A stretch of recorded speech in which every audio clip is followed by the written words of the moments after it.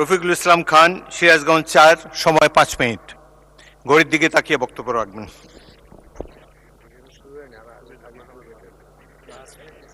মাননীয় স্পিকার, আপনাকে ধন্যবাদ আমার সময় কমায় দেওয়ার জন্য।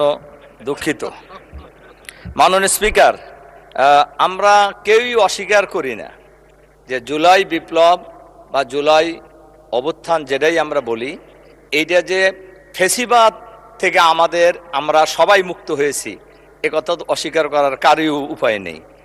এবং আমরা দীর্ঘ 16 বছর, যদি আমরা 11 সরকার ধরি তাহলে প্রায় 18 বছর এই দেশের মানুষ ফেসিবাদের কবলে ছিল, ফেসিবাদের জুলুম নির্যাতনের শিকার আমরা ছিলাম। আমাদের মাননীয় প্রধানমন্ত্রী, আজকে যিনি সংসদ নেতা, তিনিও সেই 11 সরকারের জুলুম নির্যাতনের শিকার হয়েছিলেন। দীর্ঘ সংগ্রামের পর যখন ফেসিবাদী সরকারের প্রধানমন্ত্রী পলায়ন করে চলে গেলেন বাংলাদেশ থেকে, তখন একটি সাংবিধানিক সংকট দেশে তৈরি হয়েছিল। অন্তর্বর্তীকালীন সরকারের কথা সংবিধানে নাই, তাহলে সরকার গঠিত হলো কিভাবে? খুবই পরিষ্কার, জনগণের অভিপ্রায়ের ভিত্তিতেই, এই আকাঙ্ক্ষার ভিত্তিতেই এই অন্তর্বর্তীকালীন সরকার গঠিত হয়েছিল। তাহলে বোঝা যায় সব জিনিস সব সময় সংবিধান ছাড়াও চলেছে। আজকে যে গণভোটের ব্যাপারে প্রশ্ন তোলা হয়েছে, 77 সালে গণভোট হয়েছে, এরশাদের সময় হয়েছে, 91 সালেও গণভোট হয়েছে, এবং এই কোনো গণভোটের কথাই সংবিধানে ছিল না, কিন্তু গণভোট হয়েছে এবং সেই গণভোট অনুযায়ী কিন্তু আমরা দেখেছি কার্যকরও হয়েছে। কাজে এবারও প্রায় 70 ভাগ মানুষ এই জুলাই বিপ্লবের পক্ষে, সংস্কারের পক্ষে তাদের রায় দিয়েছে। আমাদের মাননীয় সরকারি দলের একজন সদস্য বলেছেন যে 51 ভাগ পরিবর্তনের পক্ষে, সংশোধনের পক্ষে মত দিয়েছে।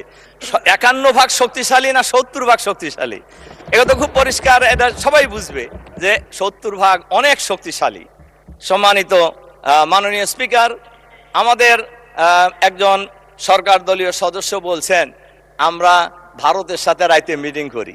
বাংলাদেশের জনগণ জানে কে কোন দল কারা ভারতের সাথে মিটিং করে, কাদের সাথে আত্মীয়তা, ভারতের কাদের আত্মীয় স্বজন এখন পলায়ন করে ভারতে আছে, এবং আগে কারা যায় ভারতে ছিলেন, এসবই বাংলাদেশের মানুষ জানে। কাজেই এইগুলি বলে আজকে সংবিধান সংস্কারের যে অভিপ্রায় বাংলাদেশের মানুষের রায়, এই রায় থেকে বিরত থাকা আমি সমীচীন বলে মনে করি না। আমরা আজকে যারা এখানে আজকে সরকারি দল এবং বিরোধী দলে ছিলাম, আমরা কিন্তু সবাই এই ফেসিবাদের জুলুম নির্যাতনের শিকার। আজকে সংস্কারের মধ্যে যে কথা বলা হয়েছে, সুপ্রিম কোর্টকে আলাদা সচিবালয়ের মধ্যে, বিচার ব্যবস্থাকে আলাদা সচিবালয়ের মধ্যে নিয়ে যাওয়া। দেখেন, আজকে প্রধান বিচারপতি একজন দলীয় লোক ছিলেন খায়রুল হক।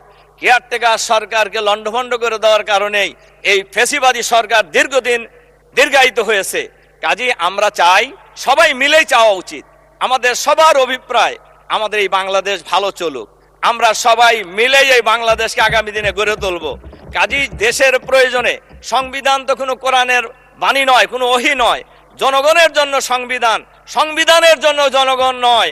কাজেই জনগণের প্রয়োজনে সংবিধান সংস্কার করা কোনোই অসুবিধা থাকার কথা নয়।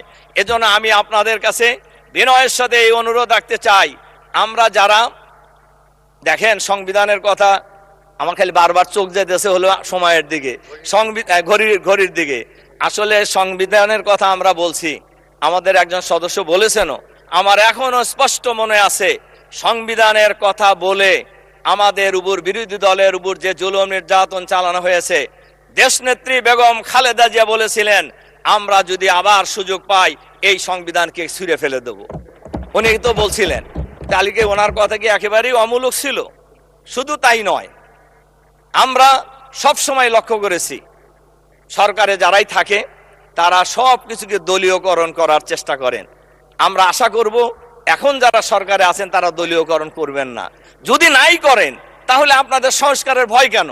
সংস্কার করতে আপনাদের অসুবিধা কি?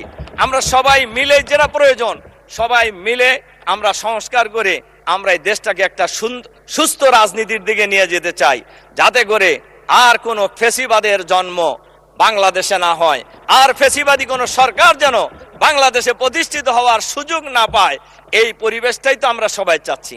আমার ধারণা আমরাও চাচ্ছি, সরকারি দলও চাচ্ছে যে। ধন্যবাদ মাননীয় সদস্য, ধন্যবাদ।